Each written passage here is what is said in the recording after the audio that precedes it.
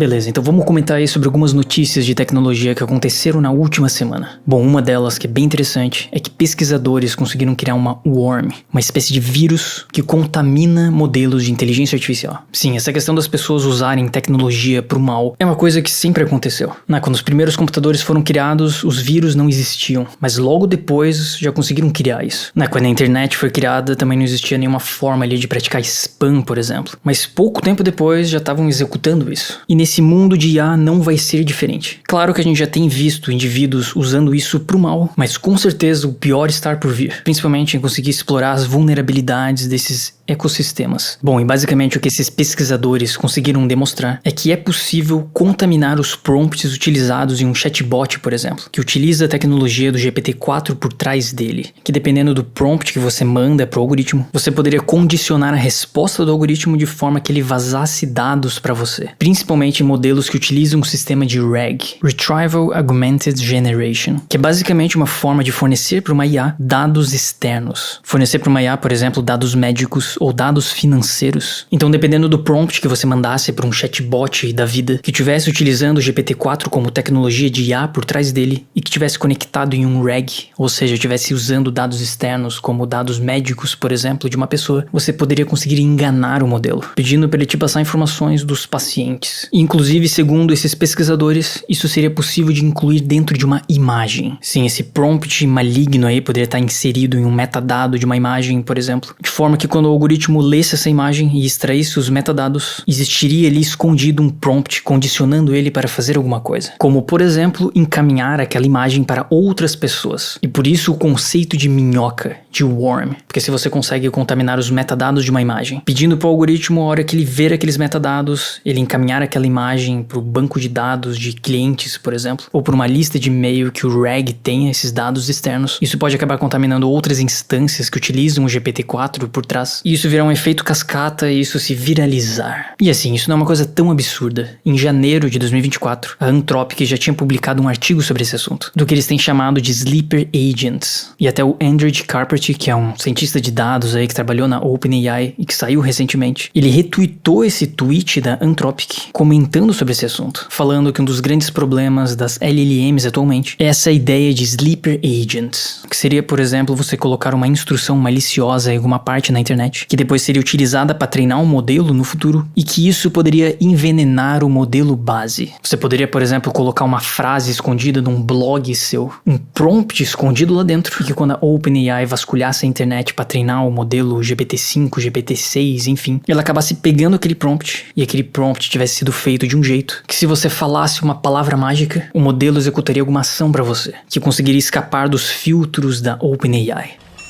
Acesso personalizado. Você não disse a palavra mágica. E que até mesmo isso não precisaria ser um texto que fosse legível, mas que poderia estar em caracteres UTF-8, por exemplo, ou mesmo em imagens perturbadoras. Então, da mesma forma que existe o SQL Injection, que é você explorar a vulnerabilidade de alguns sites que não possuem uma comunicação segura via SQL, de forma que alguém pode conseguir extrair informações, definitivamente esse conceito se aplica às inteligências artificiais. Mas enfim. Bom, e outra notícia que tem a ver com esse tema é que o Hugging Face, que é um site super famoso, uma comunidade onde as pessoas compartilham novos modelos, principalmente modelos open source. Só que a grande questão é que muitos desses modelos estavam contaminados. Existiam algumas instruções dentro desses modelos que quando a pessoa baixava isso e executava no seu computador, esses códigos acabavam abrindo portas, permitindo que um hacker invadisse o seu computador. E não é uma coisa tão absurda assim. Eles colocaram aqui um código mostrando isso, como é que isso funcionaria. Então basicamente esse código aqui, que é bem curto em Python, quando isso aqui fosse executado, ele abriria aqui um processo no Windows, um PowerShell, e faria uma conexão com um IP remoto, através da porta 4242, o que permitiria que alguém acessasse o seu computador e executasse coisas ali dentro. E pelo menos 100 modelos que estavam disponíveis no Hugging Face estavam contaminados com algum tipo de backdoor. Então infelizmente agora a gente tem que tomar cuidado com esses modelos open source.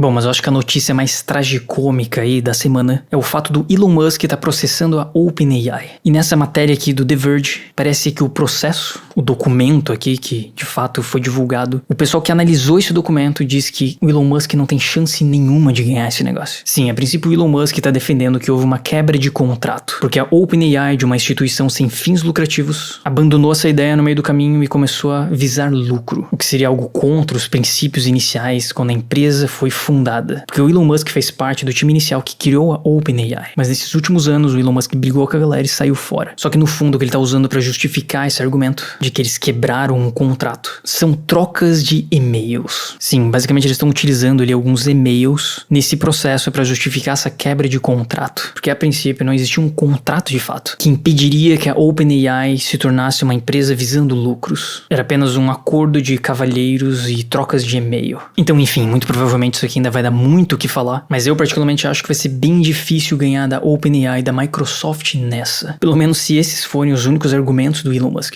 Bom, e uma outra notícia super interessante que saiu essa semana foi o lançamento do Claude 3, o novo modelo de inteligência artificial da Anthropic, e que são basicamente 3 modelos: o Claude 3 Haiku, o Claude 3 Sonnet e o Claude 3 Opus. E sim, finalmente o dia chegou. O Claude 3 da Anthropic é melhor do que o GPT-4 da OpenAI em praticamente todos os testes. Sim, aqui no site deles eles divulgaram essa tabela, onde tem a comparação dos modelos do Claude 3 com os outros algoritmos aí do mercado. O GPT-4, o GPT 3.5 e o Gemini Ultra e Pro. Em todos esses testes aqui, o Claude 3 Opus se mostrou melhor do que o GPT-4 da OpenAI, inclusive em código. Então, a partir de hoje, o modelo disponível aí para o público mais avançado é o Claude 3 Opus da Anthropic. Muito provavelmente a OpenAI vai estar lançando aí o GPT-5 em breve, é o que muitos estão esperando, mas no presente momento a Anthropic está na frente. E a princípio o custo desse negócio que eles estão divulgando aqui no site deles é entre 15 e 75 dólares, de acordo com o uso ali de tokens que você fizer. Bom, eu lembro quando eu fiz o vídeo divulgando o Claude da Anthropic, a primeira vez que eu falei dele aqui no YouTube, o único jeito de criar uma conta na Anthropic e usar o Claude era com VPN, porque a Anthropic não permitia que pessoas aqui do Brasil criassem conta. E muita gente vinha nos comentários daquele vídeo me zoando por eu não ter utilizado VPN, porque eu simplesmente respeitei que eles não queriam que pessoas do Brasil usassem o negócio e eu não criei minha conta no Claude. Mas enfim, agora os tempos são outros e finalmente eles colocaram o Brasil na lista.